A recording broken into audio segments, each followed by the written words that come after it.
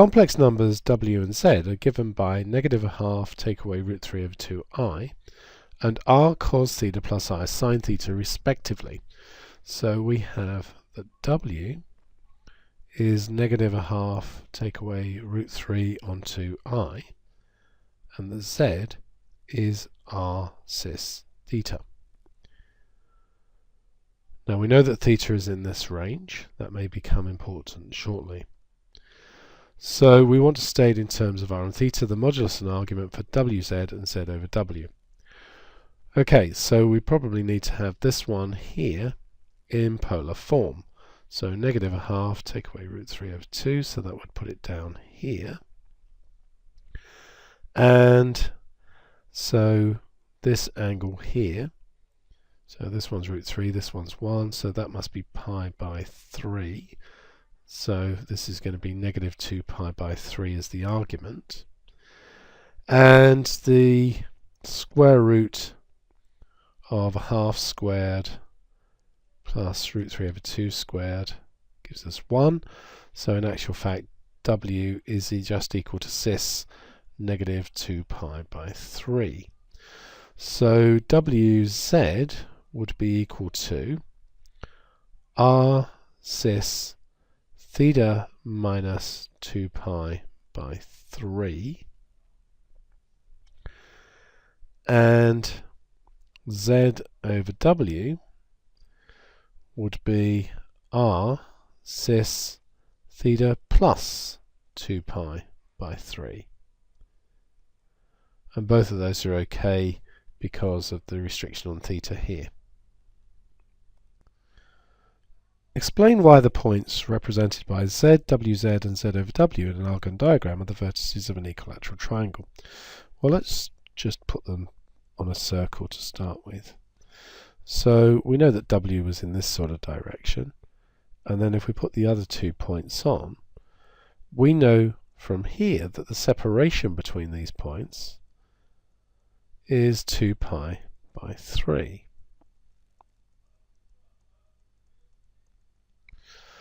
So if we then decide to join this up like so, so that's 2 pi by 3, and this is obviously this triangle here is isosceles, so this angle here must be pi by 6, this angle here would be pi by 6, similarly this angle here would be pi by 6, this angle here pi by 6, and if we go for a different colour, this one would be pi by 6 and this one would be pi by 6, and that makes all of the vertices pi by 3. So something, a diagram like this and a little explanation would probably do the trick. In an Argand diagram, one of the vertices of an equilateral triangle is represented by this complex number. So we're replacing the z here with this complex number. So if the other 2 vertices lie on a circle with centre at the origin, determine the complex numbers they represent in exact Cartesian form. So we're using this information, the information that we've had before. So we're saying that z is 5 minus √3i. W, we know from over here, is -1/2 minus √3 over 2i. So the ones we want are zw, so that's just going to be 5 take away √3i multiplied by -1/2 take away √3 over 2i. And then we're also going to do z over w. We'll do that in a minute. So that's going to give us -5 over 2 plus √3 over 2i take away 5 √3 over 2i plus 3 over 2i squared. So this will end up being minus 3 over 2, so that's going to be minus 8 over 2, which is minus 4. Take away, if we put these together, that would be minus 4 √3 over 2, so that's going to be 2 root 3. Now we also want to do z over w. So that's going to be 5 take away root 3i over negative a half take away root 3 over 2i. That might be worth just taking the half out of here, and then it'll become a 2 on the top. So 2, 5 take away root 3i over negative 1 take root 3i, and then we need to multiply that by negative 1 plus root 3i over negative 1 plus root 3i.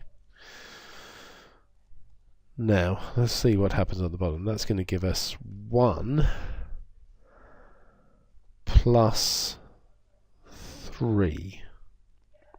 So that gives us a 4 on the bottom.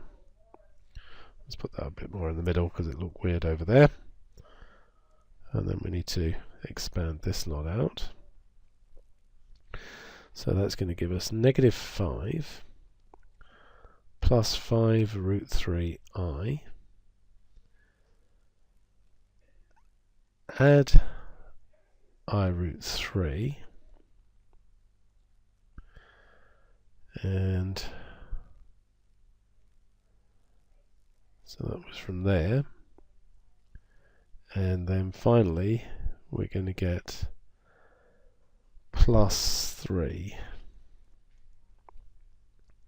So these cancel down, and then we've got negative 2 plus 6 root 3i over 2, which is going to be negative 1 plus 3 root 3i.